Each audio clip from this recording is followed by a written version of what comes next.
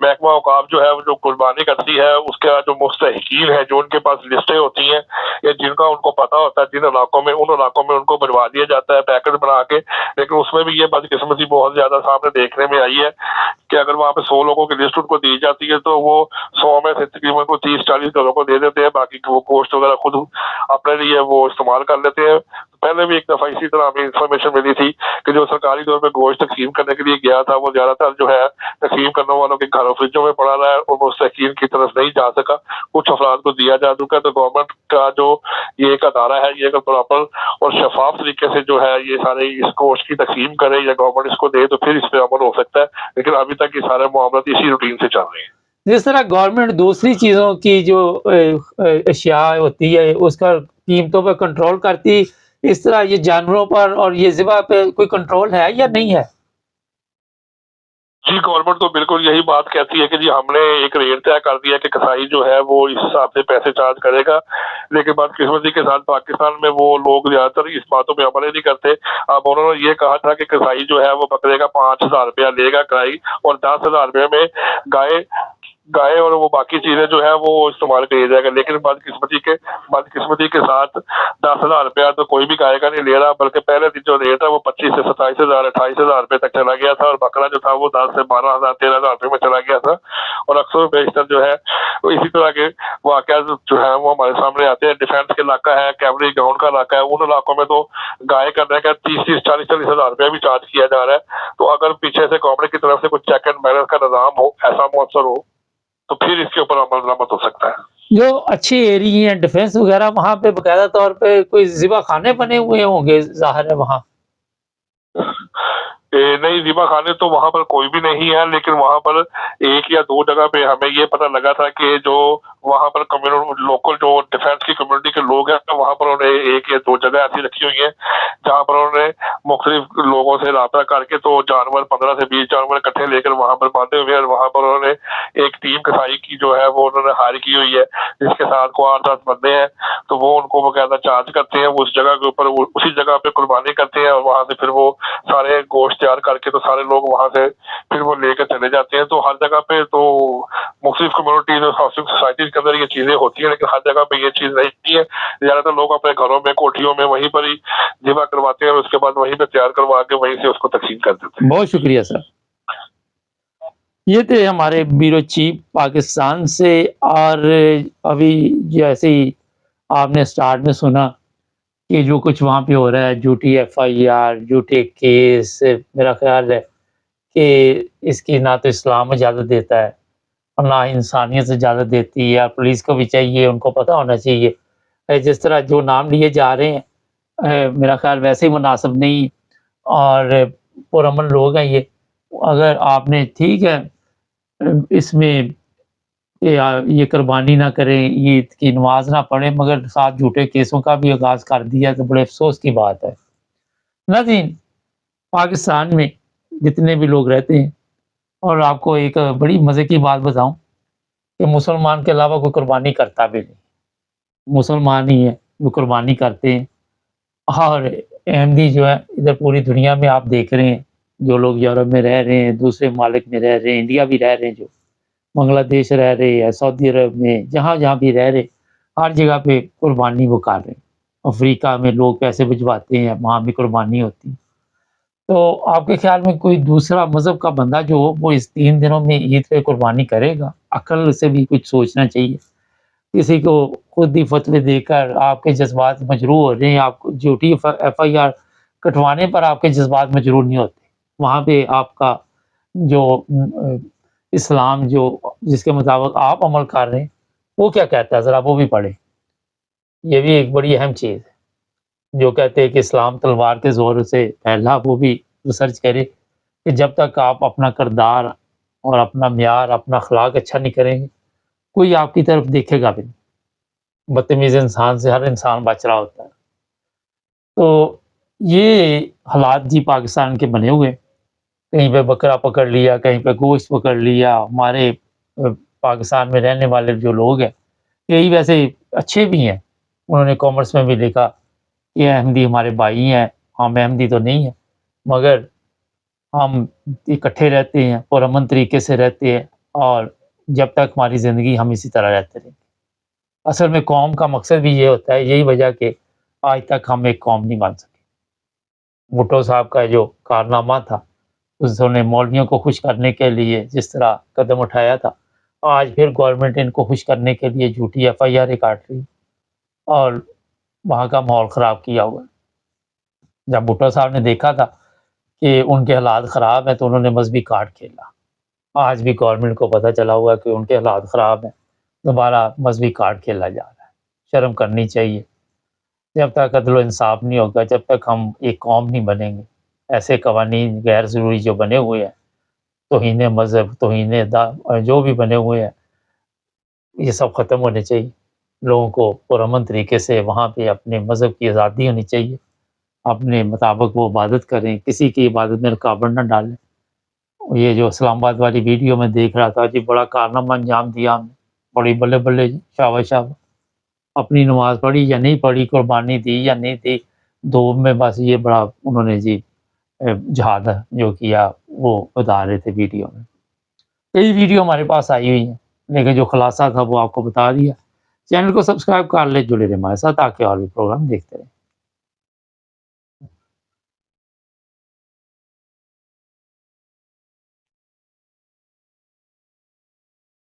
سب دیکھنے اور سننے والوں کی خدمت میں محبت بھرا سلام۔ آج سوشل میڈیا پہ ایک تصویر میں نے دیکھی، یہ میکسیکو کا پارلیمنٹ تھا، اور وہاں پہ ایک جو پارلیمنٹ کا ممبر تھا، اس نے اپنے کپڑے اتارے ہوئے تھے اور بتا یہ رہا تھا کہ جناب مجھے بڑی شرمندگی ہو رہی ہے اس پارلیمنٹ میں کہ میں یہاں پہ بغیر کپڑوں کے ہوں۔ یہ نہیں کہ سارے کپڑے اتارے ہوئے تھے، جو ضروری تھے وہ پہنے ہوئے تھے، لیکن اس کی تصویر لگانی ہمارے لیے مشکل ہے، ہمارے چینل کے لیے۔ میں کوشش کروں گا کسی صاحب سے بورڈ پہ تصویر جو ہے وہ فکس کروا دوں۔ اس بندے کا میسج یہ تھا کہ جتنے لوگ پارلیمنٹ میں بیٹھے ہوئے ہیں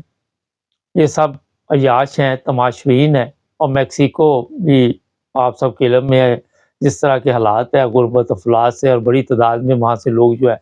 وہ امریکہ جانا چاہتے ہیں، اور وہاں پہ لوگوں کے پاس کھانا پینا اور رہائش جو بھی ہے، میڈیکل، یہ مسائل ہیں وہاں پہ بھی۔ اور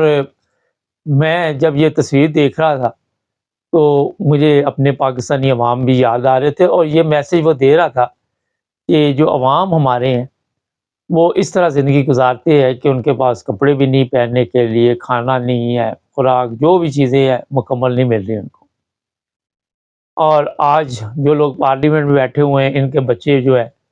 وہ زبردست زندگی گزارتے ہیں، ان کی بیگمات زبردست زندگی گزارتی ہیں، ان کی فیملی جو ہے وہ عیاشی کرتی ہے، اور جتنے لوگ پارلیمنٹ میں بیٹھے ہوئے ہیں یہ بھی عیاشی کے مختلف طریقے ڈھونڈتے رہتے ہیں۔ تو پاکستان میں بھی بدقسمتی سے یہی حالات ہیں۔ پاکستان میں آپ دیکھیں بھوک افلاس، آپ وہاں پہ چلے جائیں باہر، غریب کے محلے میں امیر قدم نہیں رکھتا، اور جو غریب ہے وہ اس حالت پہ پہنچا ہوا ہے، اس کا جسم، اس کے جسم کی ہڈیاں آپ کو بتا رہی ہوتی ہیں کہ یہ کس تکلیف سے زندگی گزار رہا ہے۔ کئی دفعہ ایسی سوشل میڈیا پہ ویڈیو چلتی ہیں، لوگ کہتے ہیں جی ہمیں ایک دفعہ ایک دن میں ایک دفعہ کھانا ملتا ہے، اور امید بھی نہیں ہوتی کہ دوسرے دن بھی ملے گا یا نہیں۔ اور یہ حالت قوم کی ہے۔ ہمارے جو لیڈر ہیں ان کی زندگی، ان کی عیش و آرام، ان کو اپنے میڈل سجانے پہ، ان کو اپنے بورڈ لگوانے سے فرصت نہیں ملتی۔ وہ اپنی مشہوری کے لیے بورڈ سڑکوں پہ لگاتے ہیں، ہم نے بہت بڑا کام کیا، ہم نے یہ کیا وہ کیا، مگر جو اصل مقصد تھا اس طرف کبھی کسی نے توجہ نہیں دی۔ وہ حالات ہمارے ملک کے جس طرف جا رہے ہیں، آنے والے دنوں میں اور بھی لوگ مشکلات کا شکار ہوں گے۔ اور ہمارے کیونکہ ملک میں کبھی حکمرانوں نے ان لوگوں کو اپنی اولاد نہیں سمجھا، مطلب یہ کہ اولاد کی طرح نہیں سمجھا، اور کبھی بھی یہ نہیں سوچا کہ یہ جو عوام ہے ان کے لیے بھی ہم نے کچھ نہ کچھ ایسا کرنا ہے۔ ہم ان کا ووٹ لے کے آئے ہیں، ووٹ لیا یا نہیں لیا مٹی ڈالے، نہ کسی کو دلچسپی رہی ہے، کیونکہ ان کو پتا ووٹ جس کو مرضی ڈال دے، اور پھر لوگ جو بڑی تعداد میں پاکستان سے حج عمرہ پہ جاتے ہیں، پھر ان کی تصویریں چل رہی ہیں، بڑے بڑے لیڈروں کی بڑی دعائیں ان کی کہتے ہیں جی قبول ہو رہی، اور دور دور تک کوئی ایسا نظارہ آپ کو نہیں ملتا کہ کسی کی دعا قبول ہو رہی، کہیں بھی ایسے حالات نہیں۔ قوم جو ہے اس میں اتنی بیچاری میں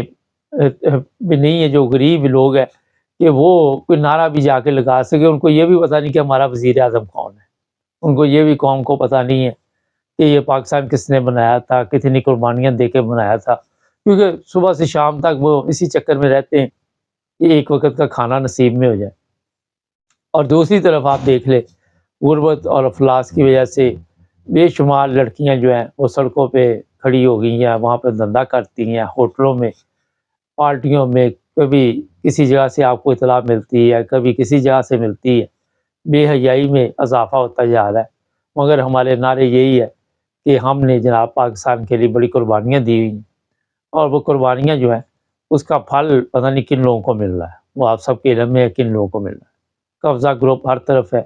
جس کے پاس طاقت آ جاتی ہے وہ دوسرے کو انسان نہیں سمجھتا، وہ سمجھتا ہے کہ یہ جانور ہے۔ اور یہ جو میکسیکو میں پارلیمنٹ میں یہ بندہ میسج دے رہا تھا، نارمل تو ہمارے تمام یہ لوگ جتنے پارلیمنٹ میں بیٹھے ہوئے ہیں ان کی بھی یہی حالت ہے، یہ بھی یاشی پٹھے ہیں، ایک سے ایک بڑا یاشی کرنے والا انسان وہاں پہ پہنچتا ہے، غریب کی وہاں پر پہنچ ہی نہیں ہے، کوئی دستی جیسا جمشید دستی جگہ سے وہاں پہ غریب پہنچ جائے اس پہ ظلم شروع کر دیتے ہیں۔ تو یہ جناب قوم کو پوری کو ننگا کیا ہوا ہے، جھوٹے نعرے، جھوٹی ان کی شان شوکت جو ہے وہ بتا رہی ہے کہ ہماری جو حالت ہے وہ ہر لحاظ سے گر چکی ہے، کسی لحاظ سے بھی ہم کوئی کامیاب قوم نہیں، کوئی ایسا موقع ہم جانے نہیں دیتے۔ آج ہی میں دیکھ رہا تھا کہ کوئی پتہ نہیں 67,000 لوگوں سے زیادہ لوگ ہیں ان کے پاسپورٹ بلاک کیے گئے، جب وجہ دیکھی تو پتہ چلا اس میں سے اکثر ایسے ہیں جو بھیک مانگتے ہیں جا کے دوسرے ممالک، اور پھر جب یہ دیکھا کہ اور کون لوگ ہیں غیر قانونی طور پہ جو دوسرے ممالک میں جاتے ہیں ان کے پاسپورٹ بلاک کیے جاتے ہیں۔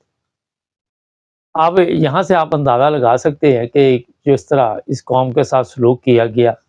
نہ انہیں وہاں پہ روزگار مہیا کیا گیا، اب آپ نے روزگار تو دیا نہیں، اب وہ بھیک ہی مانگیں گے۔ جب آپ نے ان کو جو سبق دیا ہے، جس طرح ملک پچھلے 40 سال سے بھیک مانگ کے چل رہا ہے، اسی طرح پھر یہ لوگ بھی دیکھتے ہیں کہ ہمارے حکمران جو ہے وہ خود کہتے ہیں ہم مانگنے نہیں آئے، تو اگر ہم مانگنے چلے جاتے ہیں تو اس سے کیا فرق پڑتا ہے؟ جب قوم کی یہ حالت بن جائے تو سمجھیں کہ قوم کی غیرت مر چکی ہے، حکمرانوں کی غیرت مر چکی ہے۔ سیاسی بیانات روزانہ آتے ہیں 2028 سے آئی ایم ایف سے چھٹکارا حاصل ہو جائے گا، ہم بھی ادھر ہیں آپ بھی ادھر ہیں، دیکھیں گے۔ تو اس طرح کے جھوٹے نعرے، جھوٹے اور فریب کی دنیا میں پاکستان کا جو سسٹم چلایا جا رہا ہے وہ ساری دنیا کو پتہ ہے کہ ہم لوگ کتنے عزت دار لوگ ہیں جو پاکستان میں رہتے ہیں، اور ہمارے حالات کیا ہیں۔ جو کچھ بھی آپ دیکھتے ہیں یہ تصویر کا ایک رخ ہے، دوسرا رخ آپ کو شاید ان لوگوں کو سمجھ آتی ہوگی جن میں تھوڑی سی شعور یا عقل ہے، اور جن میں عقل اور شعور ہے وہ پاکستان میں رہنا پسند نہیں کرتے، وہ کہتے ہیں بہتر یہ کسی اور ملک میں چلے جائیں۔ تو یہ ایسے ہیں، اور صدرات سے پاکستان نہیں جاتے جب یورپ وغیرہ میں آ جاتے ہیں، اور وہ کہتے ہیں جناب کیا کرنا وہاں پہ جا کے، ہم یہاں بہترین زندگی گزار رہے ہیں، حالانکہ اپنا ملک اپنا ہوتا ہے،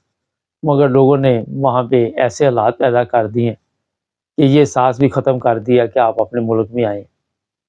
وہاں بھی کچھ چلے جائے لوٹ مار، ایئرپورٹ پہ لوٹ مار، ایئرپورٹ سے باہر نکلو لوٹ مار،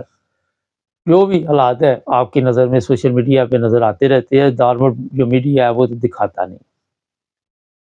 کل ایک پروگرام کیا، ایک صاحب نے لکھا جی آپ کام کی بات کریں، بھی ہم تو کوشش کرتے ہیں ساری کام کی باتیں ہوتی ہیں، آپ پتہ نہیں آپ کون سے کام کی باتیں ڈھونڈ رہے ہیں، اور ہم جو ہمارے پاس ہوتا ہے وہ کوشش کرتے ہیں آپ تک پہنچائے۔ کسی نے کہہ دیا جی آپ کو کس نے کہہ دیا جنگ لگ رہی ہے، بیٹا جب لگے گی جنگ پھر تجھے پتہ چل جائے گا۔ یوکرائن والوں کو پتہ تھا کہ جنگ لگ جانی تھی، یوکرائن والے بڑی اچھی زندگی گزار رہے تھے وہاں، جب بھی کوئی ملک حالات دیکھ کے ہم تبصرہ کرتے ہیں، حالات پہ ہمیں کوئی خبریں نہیں دیتا، ہم خود ہر چیز کا جائزہ لے کے تو اس کے اوپر آپ کو بتاتے ہیں۔ تو کسی جگہ بھی کوئی حملہ ہوتا ہے تو کوئی بتاتا نہیں کہ میں حملہ کرنے لگا ہوں۔ یہ ابھی پاکستان نے جو جنگ ہوئی تو وہاں جو انڈیا کے اوپر حملہ کیا تو کیا انڈیا کو اطلاع دی تھی، خط لکھا تھا کہ آپ نے آپ کے اوپر حملہ کرنا؟ انہوں نے جب حملہ کرنا تو اس وقت پاکستان نے تو اطلاع دی تھی، مگر پاکستان نے جب کیا تو نہیں دی۔ تو کیا پتا ہوتا ہے کہ کل ہو نہ ہو کیا حالات بنتے ہیں، لیکن آپ کو نظر آنا چاہیے دنیا کے بین الاقوامی طور پہ کیا حالات چل رہے۔ اس طرح پروگرام جو ہوتے ہیں اکثریت جو ہے وہ تو پسند کرتی ہے، مگر ایک دو بندے ہوتے ہیں، اور اگر آپ اتنے کنگ کانگ ہیں تو اپنا چینل بنائیں، لوگوں کو بتائیں، اچھی اچھی خبریں دیں۔ آپ کے پاس اگر عقل ہمارے سے زیادہ ہے تو اسے استعمال کریں۔ آپ نے عقل کو فریز کیوں کیا ہوا ہے؟ اس کو کھولیں ذرا، پتہ چلے، کیونکہ جب بھی کوئی کھلاڑی میدان میں آتا ہے تو پھر اس کا پتہ چلتا ہے کیا بھاؤ بکتی ہے۔ آپ کے ذہن میں یہ چینل ہوا میں چل رہا ہے، کسی کو کوئی آپ کو تو علم ہی نہیں کتنی ہمیں محنت کرنی پڑتی ہے، کتنا اس پہ غور و فکر کر کے سسٹم کو چلاتے ہیں۔ مگر جس طرح بتاتا وہ دشمن بہت ہے، خود اس قابل نہیں ہے۔ اور آپ دیکھتے ہیں جب کوئی دوسرا کوئی تھوڑی سی بھی ترقی کرنے لگے تو پھر ان کو عذاب پڑ جاتا ہے، پھر جہنم میں یہ گر جاتے ہیں ایسے لوگ۔ تو